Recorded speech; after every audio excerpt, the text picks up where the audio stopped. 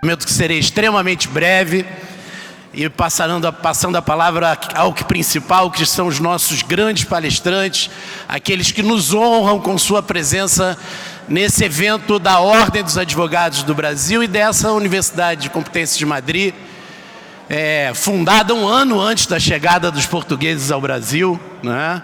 Então, por si só, já mostra a grandeza desse evento e a sua importância. Estava eu sentado ali, doutor Ron, meio com essa luz amarela, lutando contra o fuso, né? Quando o presidente Beto Simonetti mostrou porque é o primeiro reeleito na história da nossa entidade. Ele identificou que eu estava ouvindo feliz, eu parecia um turista na praia de Copacabana ouvindo um show da Lady Gaga, ouvindo tudo que se falava aqui, mas ele me retirou ali do meu estado de alegria, para aqui trabalhar, me botou aqui para trabalhar, e eu quero cumprimentar o presidente Beto Simonetti, dizendo para ele que é sempre uma honra segui-lo e ser seu liderado, né? Sempre que eu chego no evento e vejo Vossa Excelência presidindo esse evento, meu coração se enche de orgulho, de honra e de certeza que estamos em boas mãos. Quero cumprimentar o presidente de sempre, que com sua sabedoria já falou muito do que é a história da Ordem e o pensamento da Ordem, que é Marcos Vinícius Furtado Coelho. Cumprimentar a direção da OAB, cumprimentar todos os ministros que nos orgulham com sua presença. Quero cumprimentar, fazendo um vênia especial, duas mulheres que uma preside, três mulheres, a Daniela Borges, que preside a OAB da Bahia e preside o colégio, é o presidente do colégio, e duas advogadas. Eu sou de origem familiar pernambucano, que é a doutora Ingrid Zanella, que depois presidirá uma mesa, e a doutora Ana Tereza, duas advogadas que presidem de forma vanguardista grandes seccionais do nosso Brasil. Mas vamos lá. Vamos passar o ponto da palestra sobre a evolução do nosso controle de constitucionalidade. Aqui hoje ouvimos falas muito importantes para a história do nosso país. Quero aqui frisar a fala que ouvi, a aula magna, verdadeiramente magna do ministro Lewandowski, mas o ministro Lewandowski falava da repetição dos erros em forma de farsa e, de certa forma, me lembrou que o marxismo educou a todos os que amam história, que a história funciona como uma flecha, né?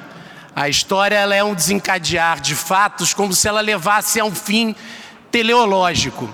Infelizmente não é assim, né? A história é um ir e vir de avanços e recuos, e essa palestra, de certa forma, marca, quero aqui cumprimentar o Dr. Rony, marca mais um avanço da Ordem dos Advogados, e quem pôde ouvir as primeiras falas sabe disso.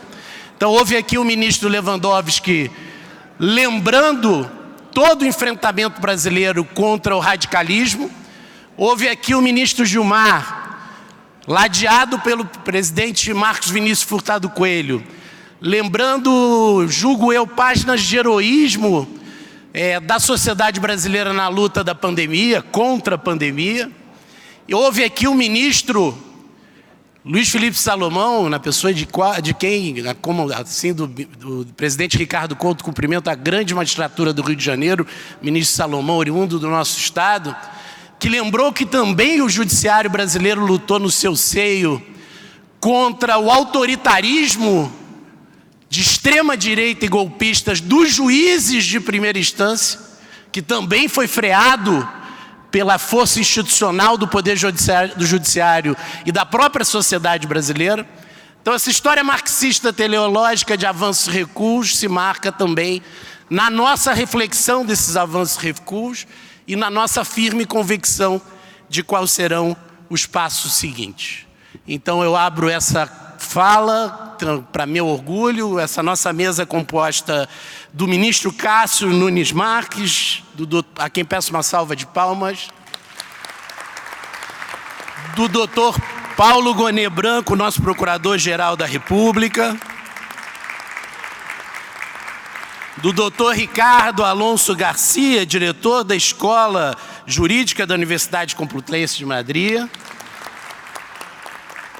e do doutor Eduardo Maneira, também meu querido amigo e colega, professor titular da Faculdade de Direito da Universidade Nacional.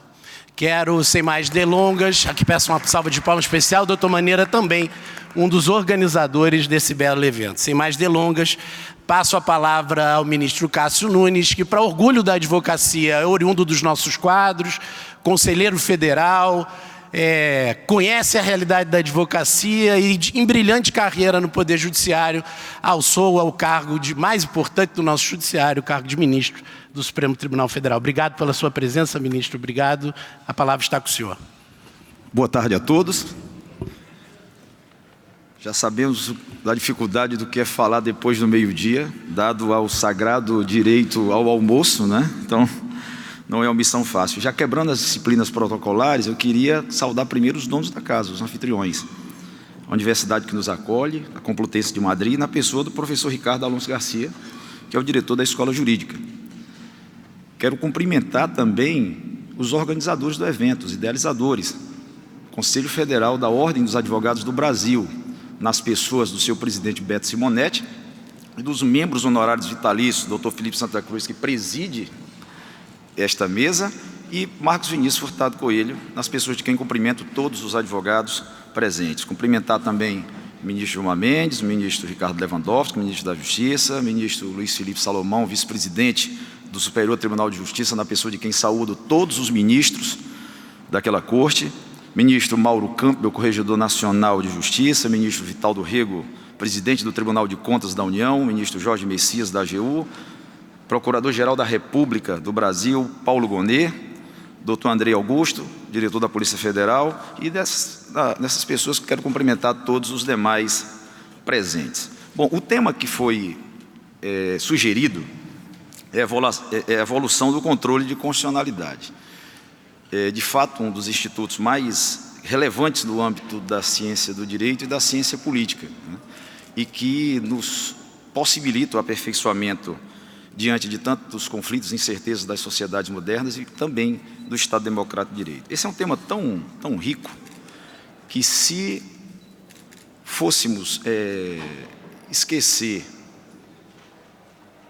todo o passado da evolução do controle de constitucionalidade, faço uma parte apenas para cumprimentar o doutor Eduardo Maneira, que é organizador do evento, e também parabenizá-lo pela eleição dos temas, né, a riqueza de todos os temas eleitos nesse seminário. Bom, se olvidássemos tudo o que já vimos de evolução do controle de constitucionalidade, inclusive o presente, pensássemos só no futuro, isso com olhos no Supremo Tribunal Federal no Brasil, teríamos uma série de novos temas que poderiam levar todo um seminário desse. Por exemplo, dias atrás estivemos em um almoço temático no Supremo e os colegas falavam desse mecanismo ou a forma de aperfeiçoamento do controle de constitucionalidade. Suscitavam, por exemplo, igualar a eficácia dos efeitos das decisões em sede de controle concentrado às decisões de repercussão geral no que diz respeito à coisa julgada. Sabemos que as decisões provenientes do controle concentrado têm efeito imediato na esfera administrativa e na jurisdicional, em todos os seus patamares. Já a repercussão geral, adstrita ainda ao 988 do CPC, exige um momento adequado e um foro adequado para ser proposto. E nós temos dois controles de constitucionalidade com um formato de vinculação e de eficácia diferente. Isso é algo que pode ser pensado. Então, o que eu vou trazer para vocês são várias reflexões. O próprio manejo da reclamação. O manejo da reclamação ele é feito, provavelmente o doutor Eduardo vai tratar desse assunto hoje. Ele é feito em sede de controle concentrado em todas as esferas, desde o primeiro grau. Quando se trata de repercussão geral, a reclamação não pode ser manejada com a mesma liberdade que é nos precedentes vinculantes do controle concentrado. Partindo também, estamos aqui a tratar de evolução do controle de constitucionalidade e de reflexões. O seminário serve para isso. O que dizer? Conversávamos ontem, eu e o professor Eduardo Maneira, sobre os embargos de divergência. Onde há divergência entre a primeira e a segunda turma do Supremo Tribunal Federal, os embargos de divergência é um instrumento uniformizador e pacificador da jurisprudência, mas que até o momento não se pensou em como utilizar esse mecanismo para também tornar um efeito vinculante. Isso é uma evolução nós não estamos nesse patamar, mas são ainda reflexões para o futuro. Mas eu não vou tratar de nenhum desses temas. Na realidade, eu quero, ao final, trazer uma reflexão mais ligada ao que colocou o Marcos Vinícius Furtado Coelho em relação à autocontenção e à separação dos poderes. Então, eu vou fazer uma breve introdução do surgimento, da origem, de forma muito breve, porque o tempo passa muito rápido, do controle de constitucionalidade. Primeiro, falar do constitucionalismo americano, né? Nós sabemos que há mais de 200 anos foi edificada uma Constituição de forma diminuta, num pergaminho, com 4 páginas e com aproximadamente 4.553 palavras. É praticamente o que está aqui, nesse desenho de palestra. Esse é o tamanho da Constituição norte-americana. Bom, mas ela trouxe uma enormidade de direitos, princípios e fundamentos que foram adotados no Brasil, e aí vem a influência da Constituição americana no Brasil, graças a Rui Barbosa, principalmente a tripartição dos poderes e a posição de um Supremo Tribunal Federal em toda essa pirâmide dentro de um determinado poder, mas com a capacidade de se fazer revisão judicial de atos provenientes do Executivo e atos provenientes também do Legislativo. Bom, eu sei que todos já ouviram falar, mas é quase impossível abrir um painel de controle de constitucionalidade sem falar de Marbury versus Madison. Por isso, eu não vou me ater, porque já é do conhecimento de todos. Mas só para registrar, primeiro caso de controle de constitucionalidade, né, e um desfecho muito ruim para Marbury, porque não atingiu o objetivo que postulava, mas uma felicidade para o Poder Judiciário, principalmente dos Estados Democráticos de Direito, que permitiu ao Poder Judiciário fazer esse controle de constitucionalidade. Então, ali surge o primeiro controle, né? Nos bastidores da academia se debate muito se Marshall era um gênio, né? Alguns dizem que ele teve sorte. Eu prefiro dizer que ele era um gênio e teve muita sorte. E aí, um outro caso que eu quis fazer o registro, quero fazer o registro, que é Brown versus Board of Education. Esse é um precedente que muitos reputam sendo a primeira ação estrutural. E isso é importante registrar, porque vamos tratar ao final, do que eu vou tentar trazer como reflexão, dentro da autocontenção, é das ações estruturais manejadas por todo mundo e principalmente no nosso Supremo Tribunal Federal. Bom, essa demanda, Brown versus Board, que começou com o chamado caso Brown 1, é de 1954, onde se discutia a segregação racial nas escolas públicas dos Estados Unidos. Então, a parte que propõe, que é Brown, ela buscava a inserção desses descendentes afro-americanos, digamos, que estariam naquele momento à margem de toda a legislação, não teriam um tratamento igualitário. Então, diante disso, a Suprema Corte dos Estados Unidos, em 1954, decidiu que a segregação baseada em critério de raça em escolas públicas impediria que estudantes afro-americanos recebessem a proteção igualitária das leis. Esse exemplo ele é interessante, nós já vamos perceber o porquê. Quando a Suprema Corte assim decidiu, ela não fixou critérios específicos de como esse acórdão iria se concretizar. E o que ocorreu? Ocorreu que os juízes que estavam capitaneando os processos em primeiro grau começaram a estabelecer regras próprias, cada um a seu modo. E aí, em 1955, a Corte Americana volta a se reunir, no caso Brown 2, exatamente para tentar estabelecer que critérios seriam esses. Bom, dessa forma, ficou expressamente delegada a competência para que esses juízes pudessem aplicar os mecanismos necessários para a concretização daquela decisão. E aí um fator importante, os tribunais por muitos anos tiveram que ser revisores dessa ação. Vejam só, 20 22, 23 anos depois, em 1978, Linda Brown, que era estudante beneficiada naquela ação, caso Brown 1, pede a reabertura do caso, diante da persistência ainda da sociedade americana de ter essa segregação racial nas escolas. Bom, olhar para o tempo aqui para não me perder, já estou com 10 minutos, já praticamente.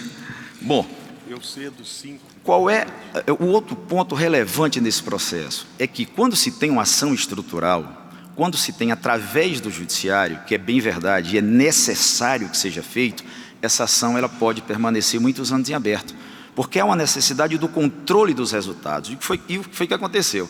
A ação foi julgada em 54, em 55 teve o segundo caso, em 1978 ele foi reaberto, e as políticas públicas só foram efetivadas em 1994 e 1995. Políticas públicas, perdão, a concretização do acordo da Suprema Corte Americana. Bom, em 2007 veio um novo julgamento, e em 2023 a Corte também alterou esse posicionamento, aperfeiçoando. A influência disso tudo no Brasil, como eu já falei, reputo que seja mais relevante a tripartição dos poderes, a posição de uma Corte Suprema e a possibilidade das revisões judiciais. Por que volto a insistir nesse assunto? Porque, ao final, quero deixar como reflexão algo que particularmente me preocupa muito, que é o avanço ou não, ou a forma ou a medida que os poderes judiciários possam avançar para fazer esse ajuste em relação tanto ao legislativo quanto ao judiciário.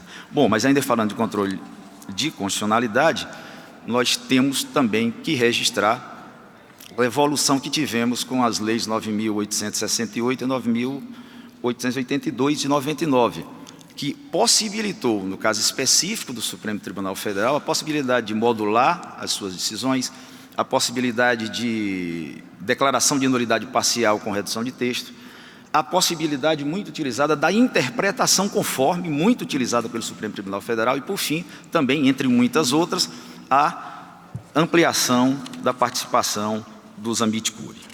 Bom, ia falar do estado de coisas inconstitucional, o tempo não vai permitir, mas apenas para fazer um registro que esse instituto, primeiro foi usado pela Corte Colombiana,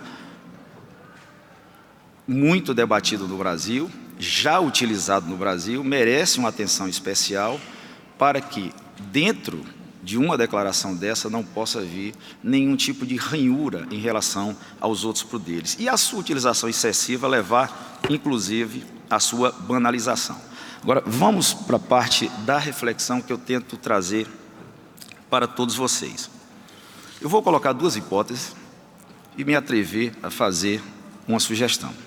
A primeira hipótese que eu trago é: vamos observar a evolução da sociedade europeia. A Espanha, a Inglaterra, a Alemanha, a Itália, todos esses países, eles já passaram por uma realidade parecida ao que passa o Brasil hoje.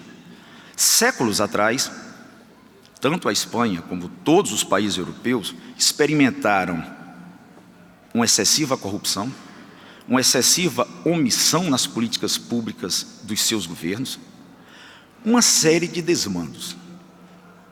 Como se comportou o Poder Judiciário em todo o continente europeu? De forma ativista, buscando para si as rédeas e tentando transformar essas sociedades? Não.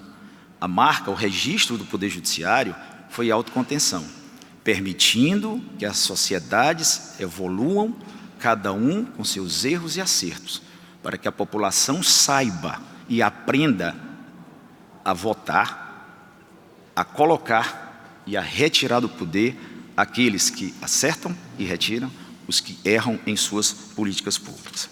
Bom, a segunda hipótese, falando de países emergentes, falando em países em desenvolvimento, como o Brasil e toda a América do Sul.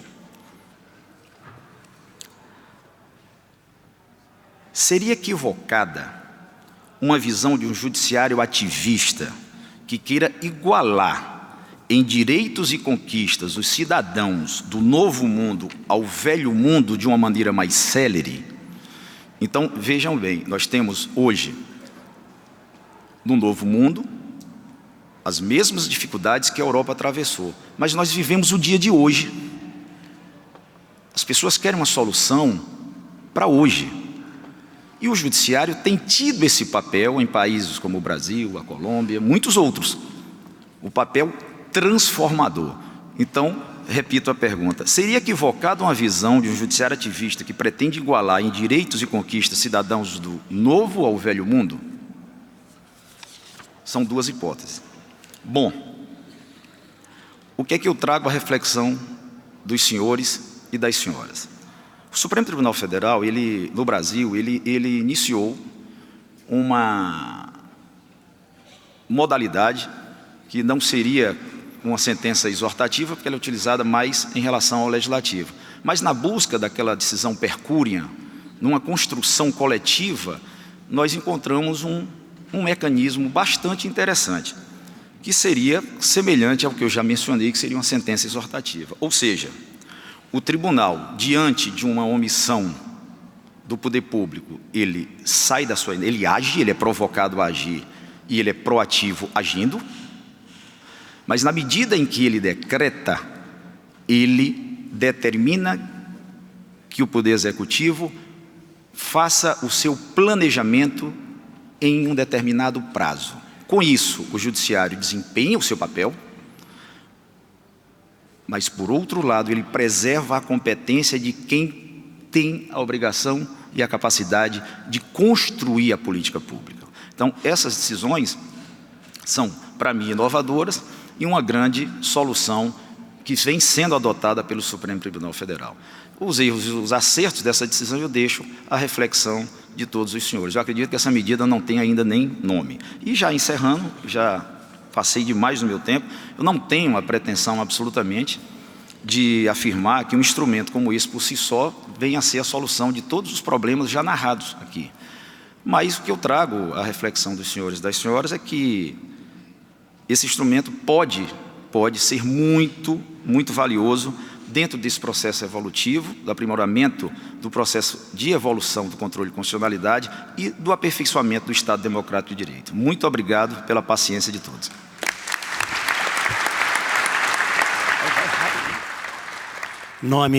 Em nome da Ordem dos Advogados e da organização, eu agradeço mais uma vez de público ao ministro Cássio Nunes Marques, não só por essa palestra, por essa fala, mas por todas as vezes que chamado, prestigia a nossa entidade, prestigia os nossos eventos, sempre com muita disponibilidade, muito carinho. Volto a dizer, ele que é oriundo dos nossos quadros, oriundo do nosso Conselho Federal. Sem mais delongas, eu passo a palavra ao professor de todos nós, professor, procurador-geral da República, o doutor Paulo Gonet Branco. Boa tarde a todos. Eu gostaria de agradecer o convite para estar aqui, agradecer especialmente aos meus queridos presidentes Beto Simonetti, Marcos Vinícius Furtado Coelho, os grandes líderes dos advogados, grandes propagadores de ideais democráticos e defensores corretos, proporcionais, defensores atentos dos direitos da advocacia e dos valores da democracia. Gostaria também de agradecer ao professor Eduardo Maneira pelo convite também aqui e parabenizar pela programação muito bem craneada desse evento. Agradecer ao Rony, cumprimentar o nosso presidente Felipe Santa Cruz, também presidente por mais de um título, o meu querido amigo, meu ministro Cássio Nunes Marques, o professor Ricardo Alonso Garcia, e cumprimentar a todos os presentes, especialmente na pessoa do nosso ministro da Justiça, o nosso caríssimo, muito admirado ministro Ricardo Lewandowski.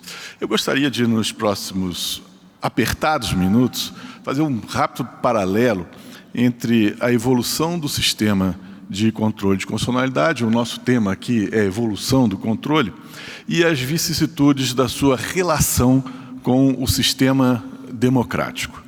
e tentando fazer um apanhado das influências do direito comparado e da importância da sua absorção crítica e desenvolvimento próprio a partir das peculiaridades das verdades nacionais. Todos nós sabemos que o controle de constitucionalidade no Brasil começa, o controle jurisdicional de constitucionalidade no Brasil começa com a República.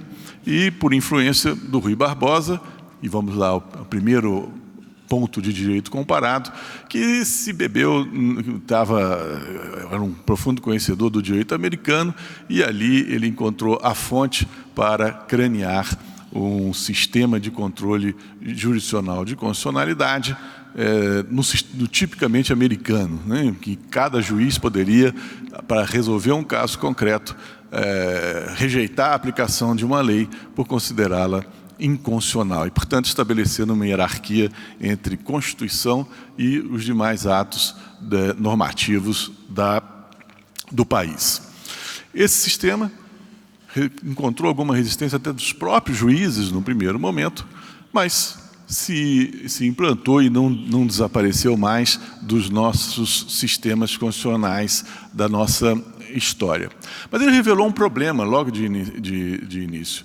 É que, como o ministro Lewandowski lembrou, nós temos, e foi também referido em outras palestras, o nosso sistema é do civil law. E no sistema do common law, eles têm um método que garante uma eficácia mais ampla do trabalho dos tribunais quando eles resolvem uma tese jurídica. Eles têm o chamado stare decisis, ou seja, quando um tribunal superior fixa uma tese de direito, os tribunais inferiores eles têm que seguir aquela tese. E isso fazia com que, nos Estados Unidos, a Suprema Corte, uma única vez, afirmasse a inconstitucionalidade de uma lei e nenhum outro tribunal mais pudesse aplicar essa lei. O que significava, na prática, que essa lei não poderia ser mais invocada por quem quer que fosse, quem quer que seja. Muito bem, no Brasil não existia isso. E o que se percebeu logo no primeiro momento foi que o sistema de controle de constitucionalidade jurisdicional acabava levando a que o tribunal tivesse que repetir várias vezes que uma lei era inconstitucional, novamente multiplicando desnecessariamente o trabalho e prejudicando a eficácia do trabalho também dos tribunais, que para novamente se referir à inconstitucionalidade precisavam de que as partes recorressem e chegassem até o Supremo para que ele reiterasse o juízo de inconstitucionalidade. O próprio Rui Barbosa dizia assim, não, nós não temos uma saída jurídica para isso, mas temos que confiar na moral dos juízes. Os juízes, sabendo que o Supremo decidiu que a lei é inconstitucional, eles vão deixar de aplicar essa lei. Bom, toda vez que o jurista começa a apelar para o bom senso, para um sentimento moral, é porque nós temos um problema sério, né? E um problema que não foi resolvido positivamente. O problema no direito positivo dessa restrição do âmbito normativo, do âmbito subjetivo das decisões de inconstitucionalidade, procurou ser resolvido na Constituição de 34, quando se previu a possibilidade de o Senado suspender a execução de uma lei que o Supremo houvesse declarado inconstitucional. Mas com um problema, é que essa suspensão não era obrigatória e nem havia prazo, nem havia momento para que o Senado se manifestasse sobre a sua intenção de suspender ou não a lei que o Supremo declarou inconstitucional. Essa era havia uma discricionariedade política para que o Senado fizesse isso ou não e no momento que lhe melhor aprovesse. E mais ainda, havia uma dúvida sobre qual seria o efeito dessa suspensão, se seria um efeito prospectivo ou se essa declaração tornaria a lei nula e, portanto, afetaria os atos baseados nela antes mesmo da decisão do Senado. A Constituição de 37, ela previu a possibilidade do controle incidental, manteve o sistema, mas com uma peculiaridade, e essa aqui, uma peculiaridade que parecia datada, mas que de repente se tornou atual. A peculiaridade era essa, o artigo, salvo engano, 96 ou 98, previa que o Congresso Nacional poderia, por uma maioria qualificada, desfazer a decisão do Supremo. Na prática era isso.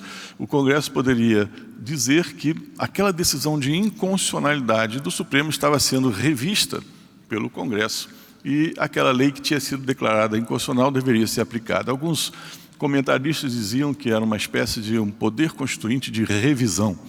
Por uma maioria qualificada, o Congresso superaria a decisão dos tribunais.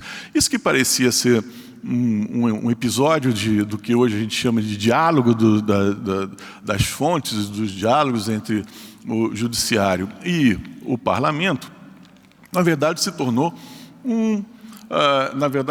apenas um instrumento de reforço do sistema ditatorial que a Constituição de 37 acabou positivando. E o que é mais interessante e que mostra para a gente como que é importante nós estarmos atentos às importações de soluções estrangeiras e de críticas estrangeiras. Se os senhores pegarem a exposição de motivos de Francisco Campos à Constituição de 37, os senhores vão encontrar uma vasta argumentação sobre a necessidade de se proteger o regime democrático contra os arbítrios do juiz, contra a invasão dos juízes do espaço político. Vejam como essa discussão não está longe de ser recente. E o Francisco Campos, também conhecedor do direito americano, ele se referia ao momento dos Estados Unidos em que a chamada jurisprudência Lochner, a era Lochner, estava chegando ao ápice do seu momento crítico. O que era essa jurisprudência Lochner? Em 1905, a Suprema Corte Americana decidiu, nesse caso Lochner, que os Estados Unidos deveriam, que a Constituição americana, ela seguia um modelo de laissez-faire no campo econômico e, portanto, de absoluta subserviência dos poderes públicos àquilo que os particulares houvessem acordado entre si. Absoluta exclusão do poder público do campo da autonomia da vontade contratual. Nesse caso, Lochner, o que acontecia era que um padeiro trabalhava 16 horas, veio uma lei impondo que os padeiros trabalhassem apenas 12 horas em Nova York, e o chefe desse padeiro o demitiu, falou que ele teria que agora trabalhar só 12 horas, e ele dizia, não, eu quero continuar 16 horas porque eu preciso desse dinheiro. A questão se judicializa e chega à Suprema Corte dizendo que a lei não poderia reduzir o horário de trabalho que fosse objeto do encontro de vontade das partes. Essa jurisprudência, ela foi só terminou mesmo em 1937, com o caso West Coast Hotel, e o que acontecia é que, a partir, sobretudo, dos anos 30, a Suprema Corte derrubava toda a legislação de cunho social, de proteção dos trabalhadores, de interferência do Estado, em nome de razões sociais, no âmbito das negociações privadas. E os senhores se lembram que nessa época, a época da Grande Depressão, e a solução que se via, que os economistas propunham para enfrentar a grande crise, era justamente uma interferência do Estado na vida econômica, na sociedade civil. E a Suprema Corte sistematicamente derrubava todas essas leis que vinham sendo aprovadas. A reação dos políticos e a reação do próprio público foi notável. O Roosevelt foi eleito e reeleito com a plataforma de justamente dessa ideia keynesiana de que o Estado tinha que atuar na vida econômica e proteger os cidadãos, sobretudo os mais desvalidos, para que houvesse uma um desenvolvimento mais consistente do país e superassem as crises. Mas a Suprema Corte continuava firme, apegada àquele ideal do caso Lochner, de 1905. Isso gerou uma crise nos Estados Unidos, que foi uma proposta do Roosevelt de aumentar o número de juízes da Suprema Corte, o que era possível fazer apenas por uma legislação comum. E essa proposta foi chamada de Court Packing, que era tirar os juízes com mais idades, e a justificativa era: os juízes de mais idade estão sempre reclamando de muito trabalho, eles devem estar cansados. Então, vamos estabelecer um limite máximo de idade, e esses juízes que atingissem esse limite seriam acrescidos de outros com maior vigor, o que propiciaria justamente uma maioria para o presidente Roosevelt. Em 1937, com um voto de diferença, a Suprema Corte mudou o seu entendimento e passou a dizer, capitulou aos fatos, e passou a dizer que a questão de soluções econômicas era uma questão infraconstitucional, não era uma questão aberta à discricionalidade política, e não havia uma imposição da Constituição sobre um sistema de pensamento político econômico. Muito bem, essa mudança em 1937, justamente nesse caso West Coast Hotel, foi feita por um juiz, o juiz que era o Pêndulo, foi aquele juiz que conseguiu transformar a ideia da Suprema Corte chamada ativista, e a brincadeira que se faz lá é que o juiz Roberts fez a change in time that saved the nine. Então, houve uma mudança em cima da hora para salvar o número dos magistrados, e o Court Packing ele foi abandonado. Muito bem, o que se dizia nessa época é que não era papel da Suprema Corte se substituir aos representantes do povo nas decisões que eles tomavam, que os juízes estavam sendo autocratas, que os juízes estavam interferindo num espaço que não era seu, e, sobretudo, aqueles juízes que não vinham do povo. A Suprema Corte era composta por juízes que vinham de Harvard ou de Yale, da aristocracia econômica, e o que se dizia é que eles estavam longe de ser representantes do povo. O que é interessante é que essas críticas que se avolumaram nos Estados Unidos a partir meados dos anos 30, essas críticas eram bem conhecidas do Francisco Campos. E na exposição de motivos da Constituição de 37, ele previu esse mecanismo de que o Congresso Nacional poderia se superpor às decisões de constitucionalidade do Supremo, justamente para preservar o mérito do sistema democrático, para impedir que aqueles que não são representantes do povo tutelassem a vontade livre dos representantes do povo. E dizia que isso era saudável, era necessário para a democracia. Vejam só, aquilo que nos Estados Unidos era um debate próprio para o momento democrático, que tinha uma argumentação, uma série de argumentações voltadas efetivamente a preservar o sistema democrático de certos exageros momentâneos, no Brasil foi utilizado para reforçar o sistema ditatorial. Por quê? Porque o Congresso Nacional nunca se reuniu durante o período da ditadura de Vargas. E o presidente da República reunia os poderes do Congresso Nacional.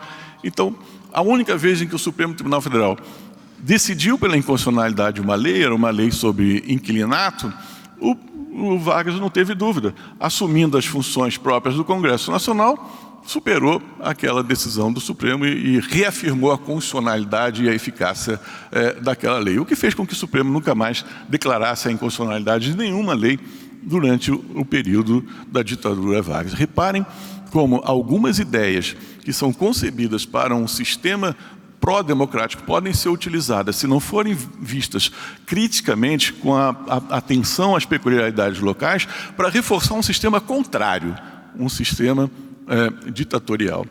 Um outro episódio e que se liga à evolução do sistema de jurisdição constitucional é a própria criação do controle abstrato entre nós.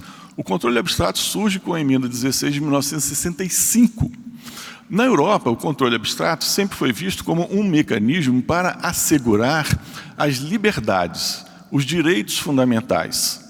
Esse era o mecanismo que foi concebido depois da Segunda Guerra Mundial, justamente para superar a frustração que houve durante os regimes totalitários, com a atuação tanto do judiciário quanto do legislativo, sem falar no poder executivo. Então, o que se pensou é que para evitar as próximas guerras era necessário proteger as liberdades e os direitos fundamentais de cada país, e que o instrumento mais propício para isso seria justamente um controle de constitucionalidade entregue a uma corte constitucional.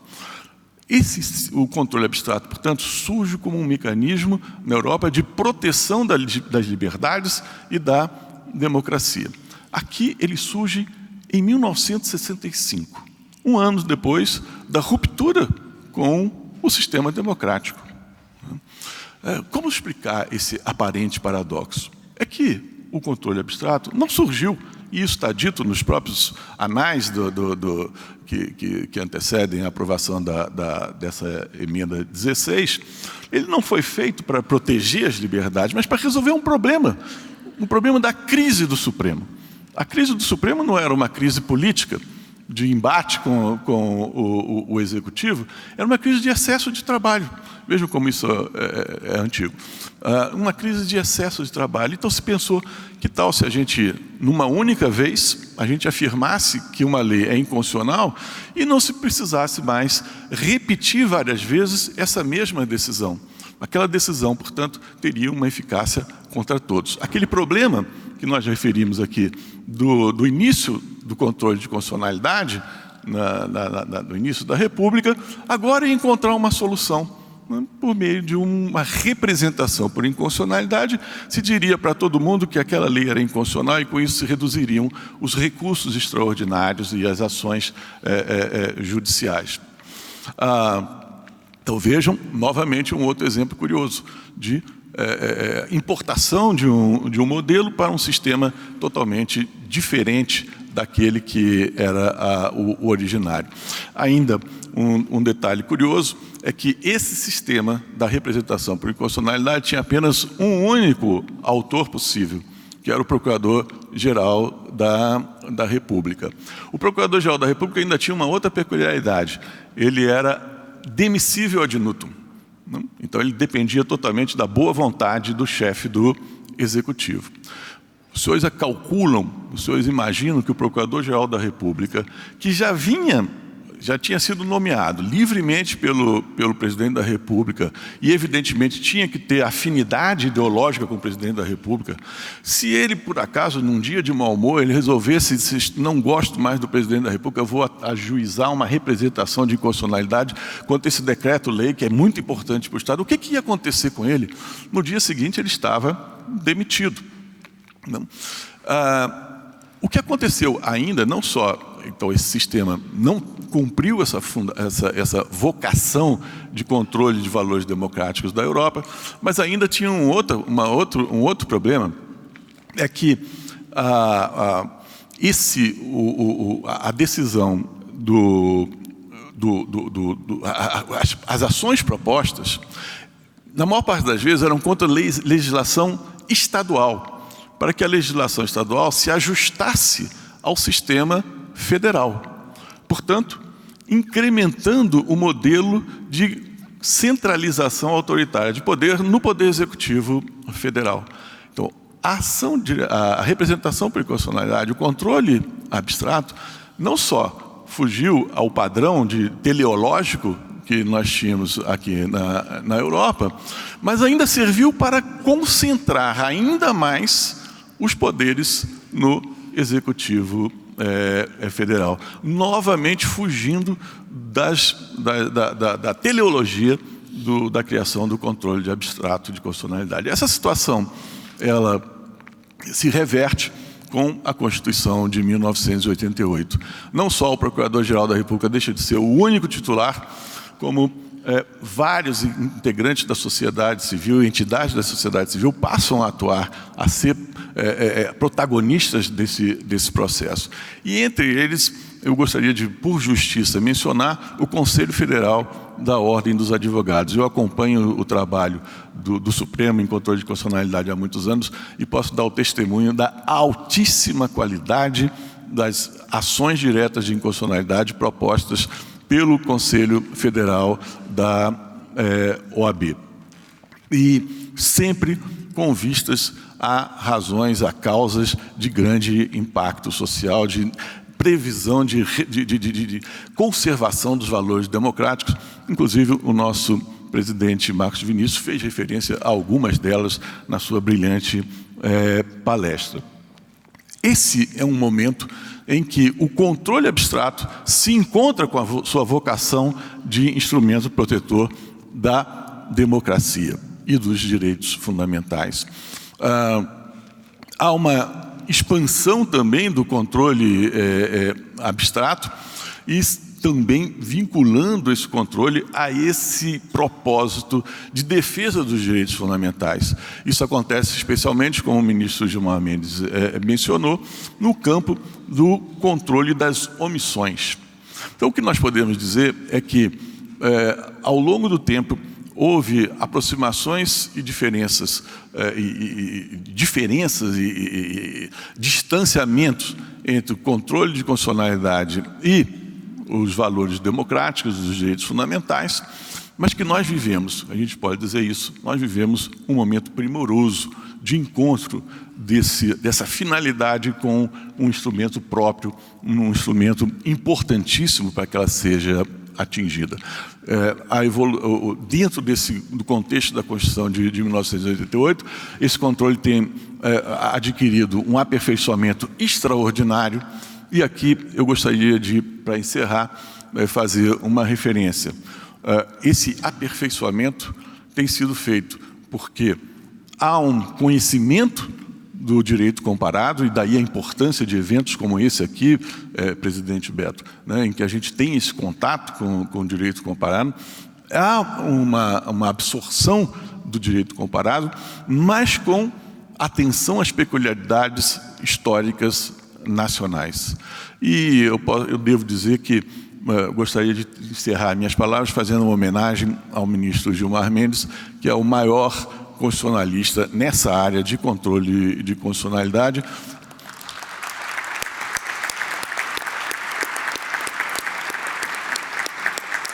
E a quem nós devemos não só os estudos seminais, mas também os estudos de continuidade e os estudos definitivos sobre a importância e as evoluções necessárias dos instrumentos de controle de constitucionalidade. Nós devemos isso no plano acadêmico, no plano legislativo. O ministro Gilmar Mendes é um dos autores do anteprojeto das leis da ADIM, das leis da DPF, do mandado de injunção, e no plano jurisprudencial.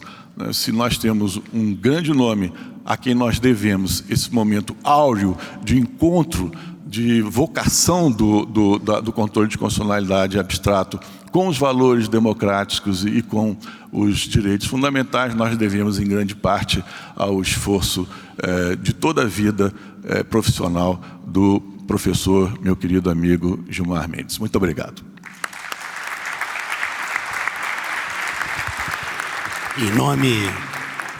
Em nome de todos, agradecendo ao professor Paulo Gonet Branco, eu não poderia, sem nenhum traço de arrogância, deixar de lembrar, como secretário de governo do Rio de Janeiro, que o professor Paulo Gonet é carioca. Eu sei que tantos aqui amam o Rio de Janeiro. Falando também como secretário de governo, passo a um mineiro que é carioca honorário também, organizador desse evento, o nosso querido Eduardo Maneira, com a palavra. Boa tarde. Boa tarde a todos. Caríssimo presidente da mesa, Felipe Santa Cruz, eu não vou perder a oportunidade, pelo espaço reduzido de tempo, eu estava querendo pegar emprestada a nominata do Marcos Vinícius Coelho e dizer: cumprimento a todos, tal como o presidente Marcos Vinícius Coelho, mas eu não posso perder a oportunidade desse ambiente que só a academia proporciona de cumprimentar os meus colegas de mesa. Aí a oportunidade de um advogado chamar de colega o ministro do Supremo, de chamar de colega o procurador-geral da República, o decano da universidade. Só o ambiente acadêmico possibilita essa oportunidade de nós estarmos aqui no mesmo ambiente discutindo temas tão relevantes. Bom, eu vou procurar ser breve, mas, mais uma vez, é um prazer, ministro Cássio, procurador-geral Paulo Gonet, professor Ricardo Alonso, presidente Felipe Santa Cruz, que me honrou na sua gestão de me nomear presidente da Comissão Nacional de Direito Tributário, presidente Beto Simonetti, presidente Marcos Vinícius, caro colega Rony, muito obrigado pela confiança, presidente, de mais uma vez me colocar como um dos coordenadores desse evento em Madrid, uma parceria que espero que, mesmo que vamos acompanhar o embaixador Orlando para onde ele for, não vamos abandonar a Complutense, viu, professor Ricardo Alonso? Queria cumprimentar também o ministro Lewandowski, o ministro Gilmar Mendes, o ministro Salomão, em nome de quem cumprimento todos os ministros do Superior Tribunal de Justiça, o ministro Mauro Campos, e cumprimentar meu conterrâneo, Afrânio Vilela. Bom, sintam-se todos cumprimentados. Ministro, Felipe, eu vou começar a partir da Constituição de 88, porque grande parte da evolução já foi muito bem explorada pelo ministro Cássio e pelo procurador Paulo Gonet. A Constituição de 88, ela trouxe a substituição da representação de inconstitucionalidade pela ação direta de inconstitucionalidade, e que teve talvez como o ponto mais importante foi a ampliação do rol dos legitimados para a propositura da ação abstrata. E aí, já na palestra passada, o Marcos Vinícius Coelho pôde muito bem dizer, ele, Beto Simonetti, da importância do Conselho Federal do OAB estar legitimado para a proposição de ações diretas de inconstitucionalidade. Criou-se a ADPF, a emenda constitucional número 3 cria a ação declaratória de constitucionalidade. Depois, em relação ao controle difuso, nós temos o advento da repercussão geral, a modulação de efeitos e o último passo da evolução do controle de constitucionalidade, eu diria que são as soluções consensuais que estão sendo realizadas no âmbito de ações diretas, em que há uma mudança em relação ao resultado. Deixa de ser uma decisão binária e muitas vezes uma decisão consensual sem pronunciamento de constitucionalidade ou inconstitucionalidade. Mas talvez eu não consiga falar de tudo isso. Mas voltando à DIN substituindo a representação de inconstitucionalidade. Dr. Paulo Gonet, o senhor sabe, eu trouxe um registro aqui dessa legitimidade exclusiva do Procurador-Geral da República e das dificuldades que isso deveria ocasionar pelo fato do Procurador-Geral da República ser demissível ad nutum e também ser, ao mesmo tempo que chefe do Ministério Público, o advogado da União. Há um caso que está no livro, curso de Direito Constitucional, de coautoria do ministro Gilmar Mendes com o senhor, que trata de um caso muito interessante, só para ver como evoluiu de fato essa ampliação do rol de legitimados. Em 1970, o MDB entrou com um pedido, solicitou ao Procurador-Geral da República que fizesse uma representação de inconstitucionalidade contra o decreto-lei de censura prévia. E o Procurador-Geral da República se recusou, na época, e o MDB entrou com uma reclamação no Supremo, e o Supremo entendeu que era um poder discricionário do Procurador-Geral da República, ele poderia apresentar a representação ou não, e que teve uma manifestação veemente na época do ministro Adalto Lúcio Cardoso, dizendo que, eu vou pôr entre aspas, o nobre procurador apreciou desde logo a representação, não para encaminhá-la com parecer desfavorável, como lhe faculta o regimento, mas para negar-lhe a tramitação marcada na lei e na nossa carta interna. Com isso, ele se substituiu ao tribunal e declarou ele próprio a constitucionalidade do decreto da censura prévia. Então, a evolução da Constituição de 88 de ter substituído a representação de constitucionalidade e, sobretudo, de ter ampliado o rol dos legitimados para a propositura da ação. Em relação ao diálogo entre os poderes, Marcos Vinícius tem, e que faz referência, também falou aqui o Procurador-Geral, da possibilidade do Poder Executivo, a partir da Constituição de 37, de desautorizar o Supremo. Eu consegui também tem um registro aqui de um caso interessante do imposto de renda dos servidores públicos estaduais e municipais. Havia uma orientação da Receita Federal de que a União, com uma visão meio enviesada da imunidade intergovernamental, de que os servidores públicos estaduais e municipais não deveriam pagar imposto de renda, com base num dispositivo da Constituição de 1891, que dizia: é proibido aos estados tributar bens e rendas federais ou serviços a cargo da União e reciprocamente. Então, ou seja, se o Estado desembolsa um valor X e parte para pagar os seus servidores, se parte daquilo vai para a União a título de imposto de renda, isso seria inconstitucional. Mas, enfim, passou-se a cobrar esse imposto de renda dos servidores públicos e eles ingressaram em juízo e o Supremo declarou a inconstitucionalidade dessa cobrança do imposto de renda. O presidente na época, Getúlio Vargas, baixou um decreto 1564 de 39, dizendo que, considerando que essa decisão judiciária não consulta o interesse nacional e o princípio da divisão equitativa do ônus do imposto, decreta, são confirmados os textos da lei que tinha sido declarado inconstitucional pelo Supremo. Então, uma medida ditatorial aqui, com base na Constituição de 37. Voltando aqui, um registro que eu acho muito importante na evolução foi a criação da ação declaratória de constitucionalidade pela emenda constitucional número 3. E em decorrência dessa ação da emenda constitucional número 3, eu queria registrar 2 pontos muito importantes da evolução do controle de constitucionalidade pelo Supremo Tribunal. Primeiro, a ADIM 939.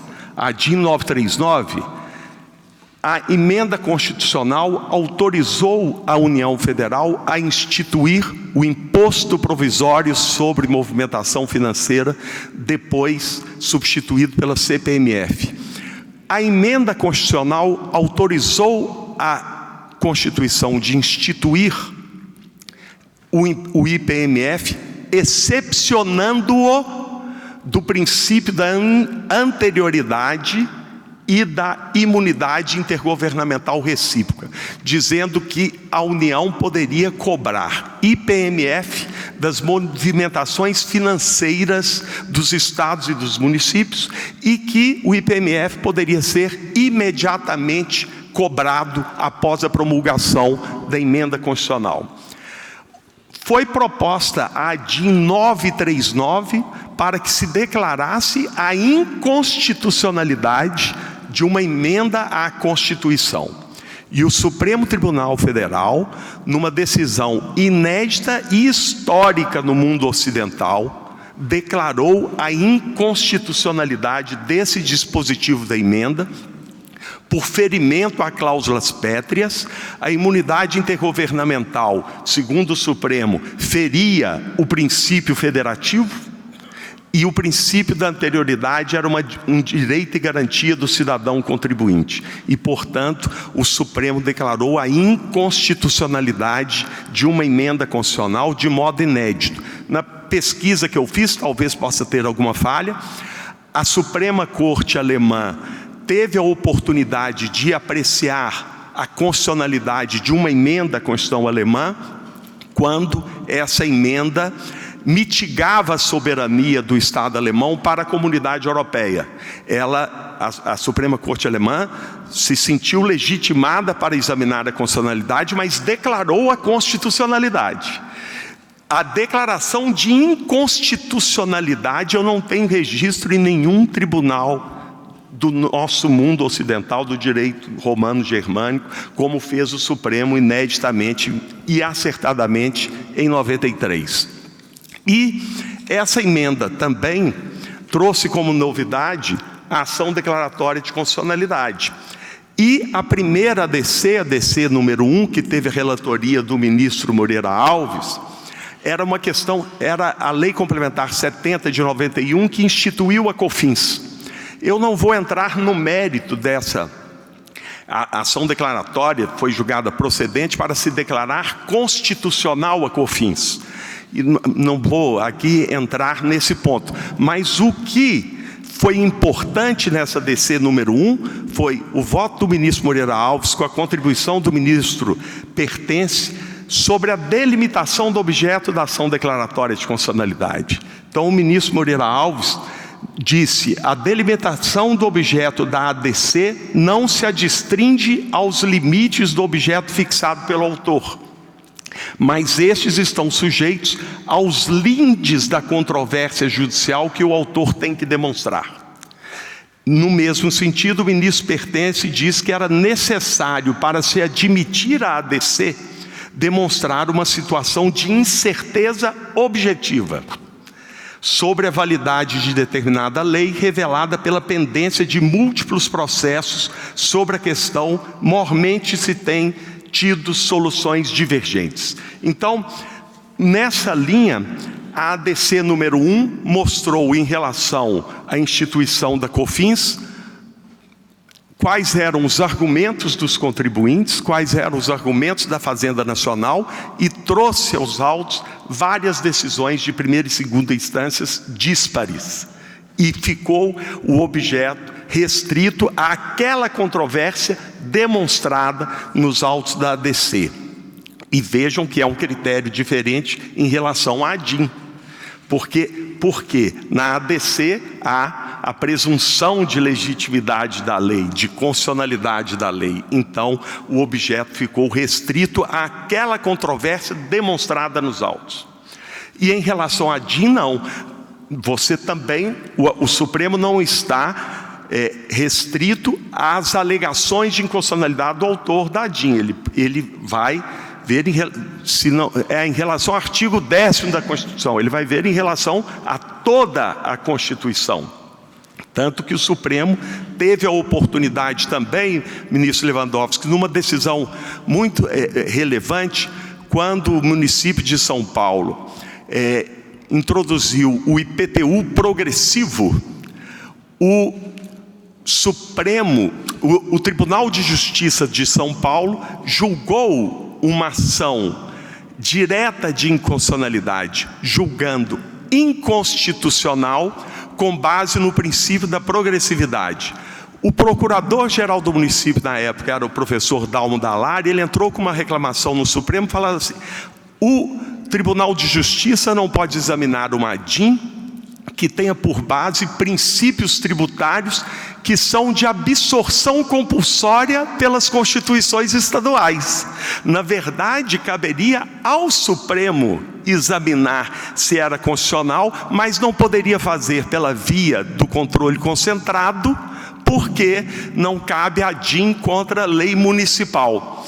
Na época também o ministro Moreira Alves disse: não, está tudo certo o que o município disse, são normas de absorção compulsória, etc., mas o Supremo não pode se restringir às alegações do autor da ADIM, então eu não posso julgar procedente a reclamação. Quer dizer, numa linha distinta adotada em relação à ação declaratória de constitucionalidade. E aí depois, na evolução, houve uma evidente aproximação do controle difuso com o controle concentrado. Então, e principalmente, o ministro Salomão demonstrou isso em números com a adoção da repercussão geral.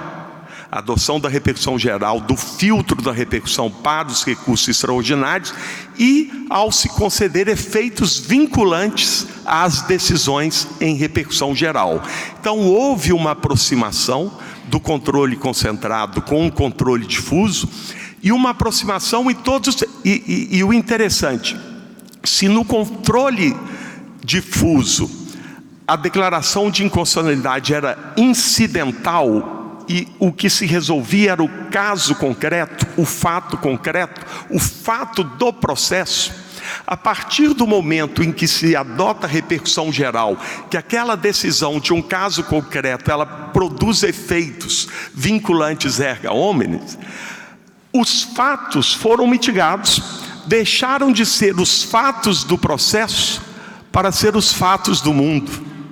E os fatos do mundo, e que a doutrina chama de fatos legislativos, passaram a ser considerados no controle concentrado. Então, ao mesmo tempo que houve uma mitigação dos fatos para a repercussão geral, porque se passa a valer para todos os processos que têm aquele tema por objeto, então os fatos deixaram de ser relevantes, os fatos passaram a ser relevantes no controle concentrado, tanto que tem audiência. Então culmina essa evolução com a possibilidade de soluções consensuais no âmbito do controle concentrado no Supremo. Então hoje eu anotei aqui vários casos em que houve uma solução não binária, procedente ou improcedente a ADIM, mas decorrente. Então, não é, vamos dizer assim, pode-se negociar a constitucionalidade de uma lei? Essa pergunta seria meio simplória. É mais complexo que isso.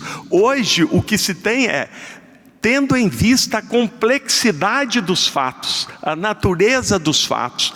E aqui eu vou dar de exemplo aquela questão da alteração das alíquotas do ICMS do combustível, que houve uma solução consensual entre a União e os estados, em que não houve pronunciamento de constitucionalidade ou de inconstitucionalidade.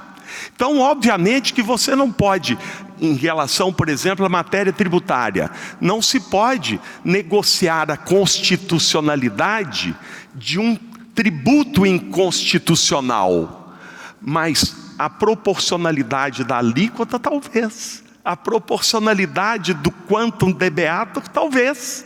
Então, são questões que nós temos que ter abertura para entender que nesse mundo que vivemos, o mundo complexo, exige sim que estejamos atentos para o papel do Supremo Tribunal Federal. E o papel do Supremo Tribunal Federal, tanto no exemplo que eu dei do imposto de renda e da censura prévia, quanto mais poder tem o Supremo, mais democracia tem o país. Com isso encerro as minhas palavras e agradeço a atenção de todos.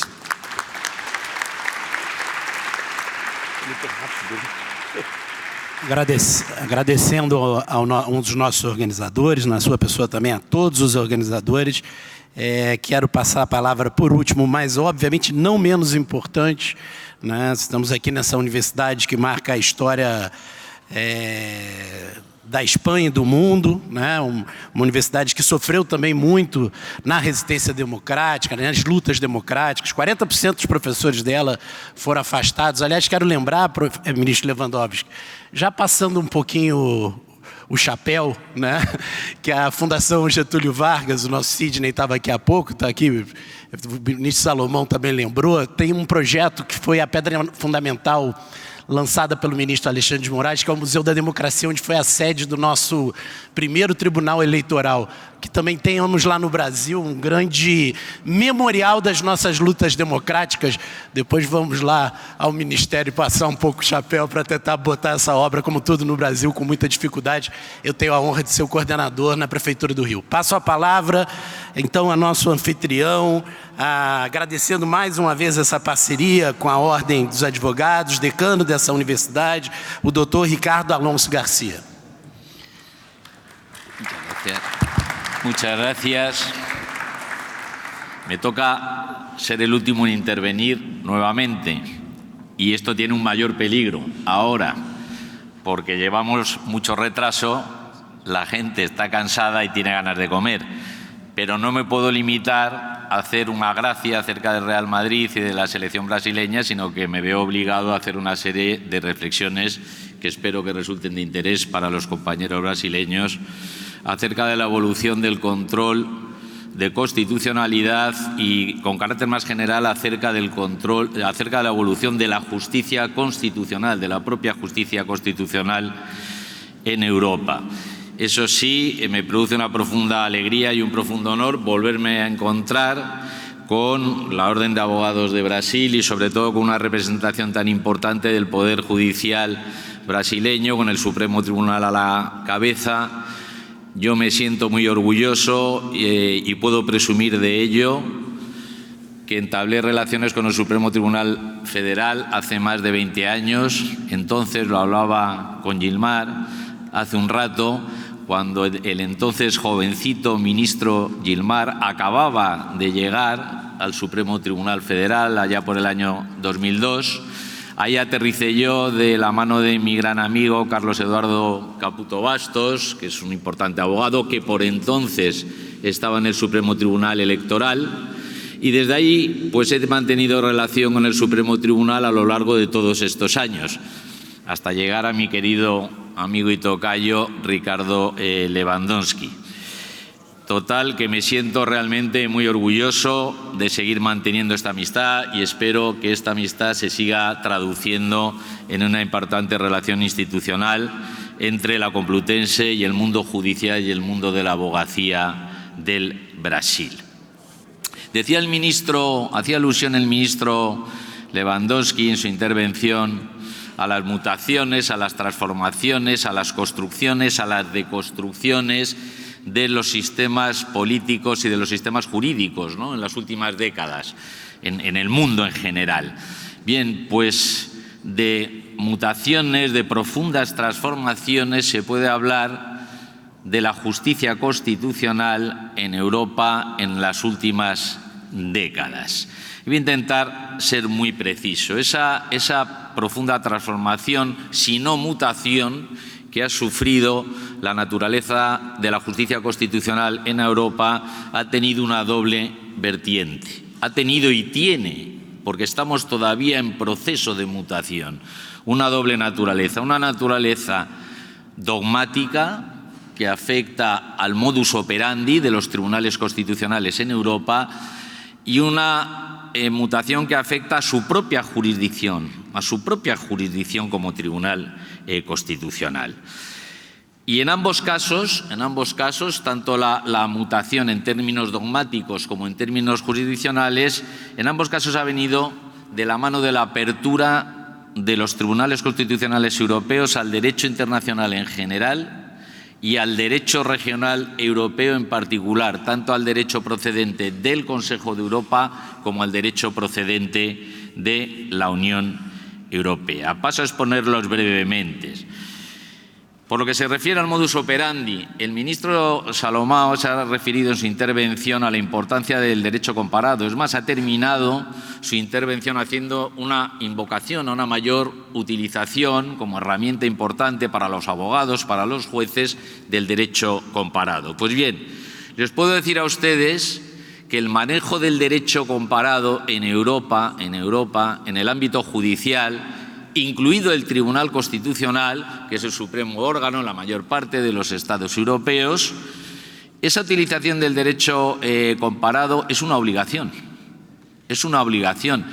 Ya en Europa hemos pasado de la utilización del derecho comparado en términos eruditos a utilizar el derecho comparado como una herramienta obligatoria de los tribunales nacionales, con los tribunales constitucionales a la cabeza.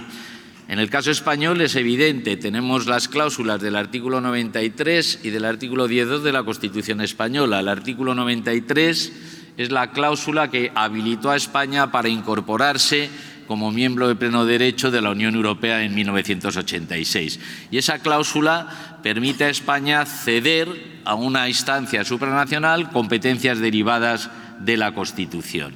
Y por lo que se refiere al margen de la Unión Europea, tenemos un artículo 10.2 en el que impone, no invita, impone al Tribunal Constitucional interpretar los derechos fundamentales de la Constitución española a la luz de los tratados internacionales sobre derechos humanos ratificados por España.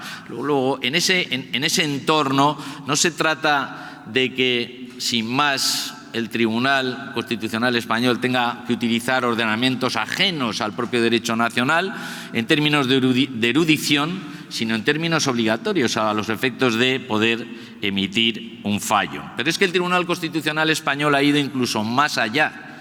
Empapado por estas obligaciones, ha llegado a manejar instrumentos, doctrinas de otros tribunales completamente ajenos al ámbito europeo. Y pongo un ejemplo que ha pasado a ser un ejemplo esencial en el derecho español, que se refiere al control de convencionalidad, que tanto se maneja en América, allende los mares, en virtud de la doctrina de la Corte Interamericana de Derechos Humanos. Pues bien, el Tribunal Constitucional, en la sentencia 140/ de 2018, proclamó el control de convencionalidad, la aplicación por parte del juez ordinario de los tratados internacionales a los efectos de desplazar la aplicación de la ley, invocando precisamente como autoridad la doctrina de la Corte Interamericana de Derechos Humanos. Y aprovecho esta sentencia para abordar la segunda de las transformaciones a las que hacía referencia, que es a la transformación en términos de jurisdicción. Fíjense ustedes lo que les voy a decir. Se ha pasado, y me estoy refiriendo concretamente a los estados que son los más importantes en el seno de la Unión, que tienen un control concentrado de constitucionalidad, como es el caso de Alemania, como es el caso de Italia, como es el caso de España. Pues bien, puedo afirmar que en los últimos años se ha pasado de un control concentrado de constitucionalidad de la ley. El Tribunal Constitucional era y se supone que debería seguir siendo el único competente para declarar la inconstitucionalidad de la ley, para hacer controles negativos de constitucionalidad. Se ha pasado de un control concentrado de constitucionalidad a un control difuso sobre la ley en términos de europeidad y de convencionalidad. ¿Qué es lo que sucede? Eso explicado así no debería llevar a una revolución, porque deberíamos seguir teniendo al Tribunal Constitucional controlando la constitucionalidad de la ley, control concentrado, y a los jueces ordinarios, a través del control difuso, controlando la europeidad y la convencionalidad de la ley. ¿Qué es lo que sucede? Que si juntan esto que acabo de decir con la primera parte de la intervención, verán que hoy el texto constitucional español no se puede entender si no es a la luz del derecho europeo y si no es a la luz de los tratados internacionales. Eso nos lleva ¿a qué? A que el rol del Tribunal Constitucional en términos de competencia jurisdiccional es cada vez más reducido, va siendo cada vez más reducido. ¿Por qué? Porque el derecho europeo y el derecho internacional empapa las lecturas del propio texto constitucional, pero al empapar esas lecturas desvían el control del Tribunal Constitucional hacia el juez ordinario. ¿Qué es lo que debe hacer, por tanto, el Tribunal Constitucional desde mi punto de vista? Influir en la construcción del propio derecho constitucional europeo. El Tribunal Constitucional, si no quiere acabar perdiendo todo el protagonismo, lo que tiene el Tribunal Constitucional Español, y cuando hablo del Tribunal Constitucional Español hablo de los tribunales constitucionales de los Estados miembros más significativos, Alemania e Italia, si no quieren desaparecer,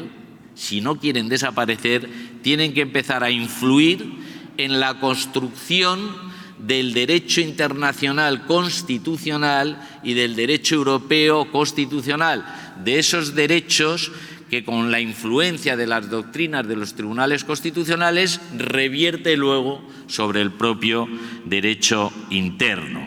¿Y cómo deben hacer eso los tribunales constitucionales nacionales? Haciendo uso de las herramientas que les da el propio derecho europeo.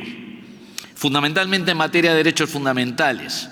Tenemos una Carta de Derechos Fundamentales de la Unión Europea muy reciente, mientras que el Convenio Europeo es anterior a la Unión Europea, se remonta a 1950, la Carta de Derechos Fundamentales de la Unión es mucho más reciente, no tiene ni 15 años de existencia con valor jurídico vinculante. Entró en vigor el 1 de diciembre del año 2009.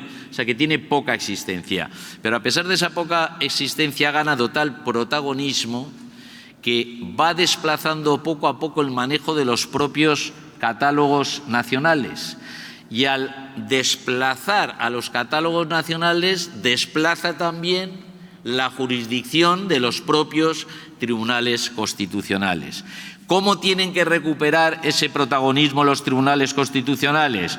Haciendo uso del mandato de la propia Carta de Derechos Fundamentales, que es un mandato dirigido al Tribunal de Justicia de la Unión, que es el auténtico Tribunal Constitucional Europeo a día de hoy. Ese Tribunal de Justicia de la Unión, insisto, que se ha convertido en una suerte de tribunal constitucional por encima de los tribunales constitucionales nacionales, no puede ni debe interpretar esa Carta de Derechos Fundamentales como quiera. Ni puede ni debe, porque tiene un mandato que a veces tiende a olvidar que está recogido en la propia Carta, porque la propia Carta dice que el Tribunal de Justicia, al interpretar la Carta, deberá hacerlo, dice textualmente, en armonía con las tradiciones constitucionales de los Estados miembros. Y los portadores de esas tradiciones no son otros que los tribunales constitucionales nacionales, con la doctrina que van emitiendo en sus sentencias. Acabo con un ejemplo para que vean, para que no se quede esta intervención en una intervención muy abstracta. Y con un ejemplo que les voy a adelantar así, en primicia, les voy a adelantar una conferencia que tengo que dar precisamente en Brasil dentro de un mes, con ocasión de mi investidura como doctor honoris causa por la Universidad del Estado del Amazonas. Me pedían un título para mi intervención y el título que me han dado, que todavía están intentando entenderlo, pero ya lo explicaré yo en la conferencia, el título que he puesto a esa intervención, puesto que va a ser en Manaus, y ni más ni menos que en el Teatro del Amazonas, qué sitio más bonito, el título que da la intervención ha sido el de El encuentro amazónico de las aguas, el flamenco de Paco de Lucía y el derecho de la Unión Europea. Claro, se preguntarán ustedes, ¿y qué tendrá que ver el encuentro de las aguas con el flamenco de Paco de Lucía con el derecho de la Unión? Pues se lo voy a explicar en un minuto y en primicia, y como me han estado oyendo ustedes esta intervención, creo que van a entender lo que quiero decir con ese título de esa conferencia. El encuentro de las aguas amazónico, me imagino que ustedes más que yo conozco todo Brasil, menos Manaus. Por eso tengo muchas ganas de ir a Manaus, aunque conozco de sobra, de haberlo visto, el teatro y ese famoso encuentro das aguas, que es realmente increíble, ¿no? Es realmente increíble, y verlo desde el aire es todavía más increíble, ¿no? Ver cómo dos aguas, dos ríos, se mantienen con esa distinta coloración, que es que no cambia nada, ¿no? He visto fotos incluso en barcos que están colocados y está perfectamente marcada esa delimitación. Eso por lo que se refiere al encuentro brasileño de las aguas. Paco de Lucía. ¿Qué pinta Paco de Lucía aquí? Paco de Lucía, me imagino que la mayor parte de ustedes le habrán oído alguna vez, es el mejor guitarrista flamenco que ha dado hasta ahora la cultura española, la cultura flamenca. No solo es un gran exponente de la guitarra flamenca, sino que es el principal exponente de la simbiosis del flamenco con el jazz. Y la canción que le hizo más famoso a Paco de Lucía, y que sigue siendo famosa a día de hoy, es una canción que lleva por nombre, tocada nada más a guitarra, Entre dos aguas. Entre dos aguas. Y aquí es donde viene mi intervención. Ese Entre dos aguas de Paco de Lucía está muy alejado del encuentro de las dos aguas brasileño. ¿Por qué? Porque mientras que el encuentro amazónico de las aguas es un encuentro que mantiene absolutamente diferenciadas esas dos aguas, las Entre dos aguas de Paco de Lucía es todo lo contrario, consigue una absoluta simbiosis de estilos musicales en principio tan alejados como son el flamenco por un lado y el jazz del otro. ¿Y qué pinta en la tercera parte de mi intervención aquí el derecho de la Unión Europea? Pues se podrán imaginar por dónde voy. El derecho de la Unión Europea proclama o persigue una visión de la Entre dos aguas mucho más próxima a Paco de Lucía que a el encuentro amazónico de las aguas. Lo que se pretende es el qué, lo que hay que conseguir es el qué, a través de esa armonía en la interpretación del texto constitucional europeo y de los textos nacionales, que no se mantengan como dos ordenamientos absolutamente separados, sino como dos ordenamientos en permanente interacción y llamados a interactuar.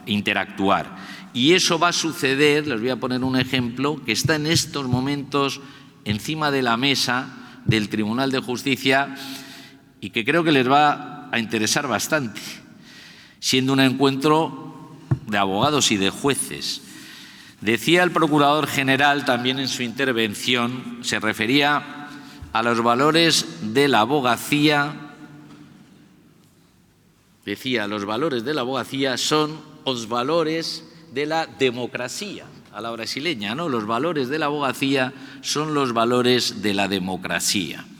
Bien, eso, dicho por el Procurador General de la República del Brasil, es muy importante, pero es que eso lo dijo en el año 2012 el Tribunal Europeo de Derechos Humanos. Ya dijo entonces que no se entiende una sociedad civilizada y democrática si no es desde el papel fundamental que desempeñan los abogados. Y lo hizo estando en juego el secreto profesional de la abogacía.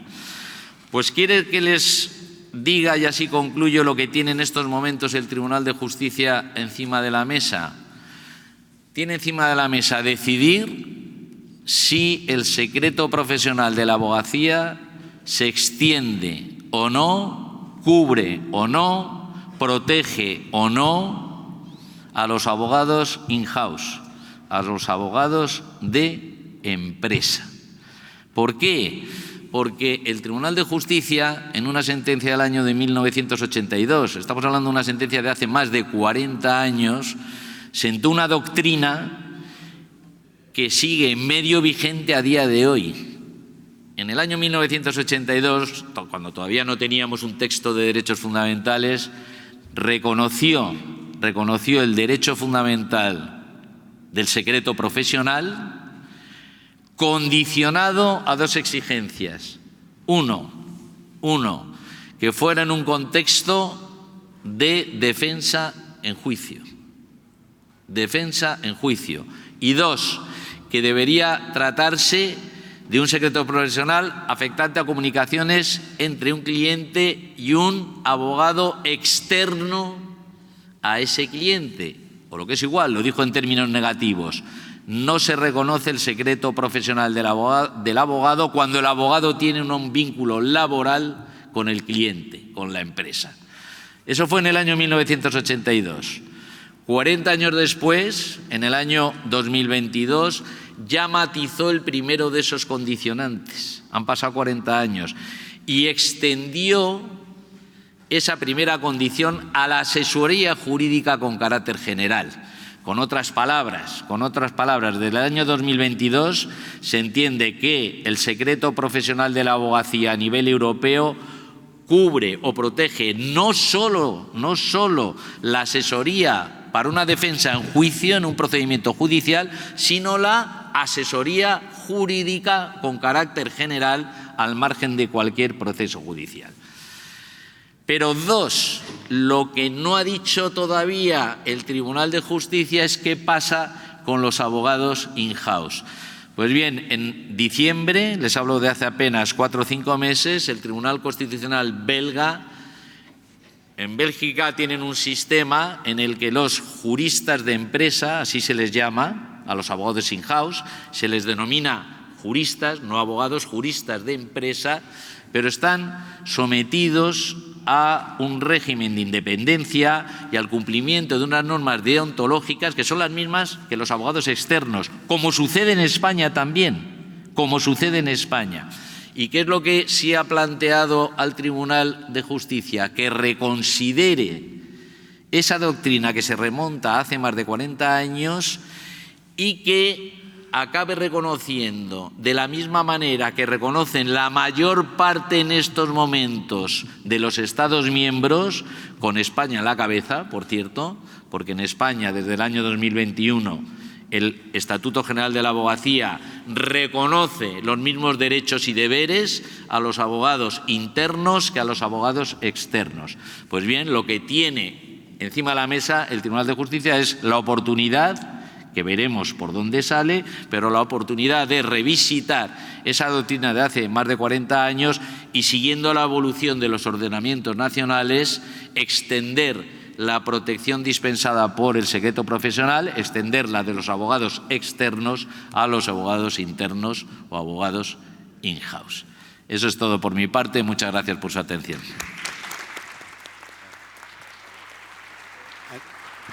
Agradecendo essa sensacional palestra do professor Ricardo Alonso Garcia, agradeço a mesa ao ministro Cássio Nunes Marques, ao professor Paulo Gonet Branco, ao professor Ricardo Alonso Garcia, ao nosso organizador Eduardo Maneira, em nome da organização, do nosso representante aqui da beleza do Encontro das Águas Amazônicas, Beto Simonetti, ministro Belize, ministro Benedito, não é possível estar na Espanha e não respeitar a hora do almoço. Então o Beto pediu, mais um gesto de sabedoria,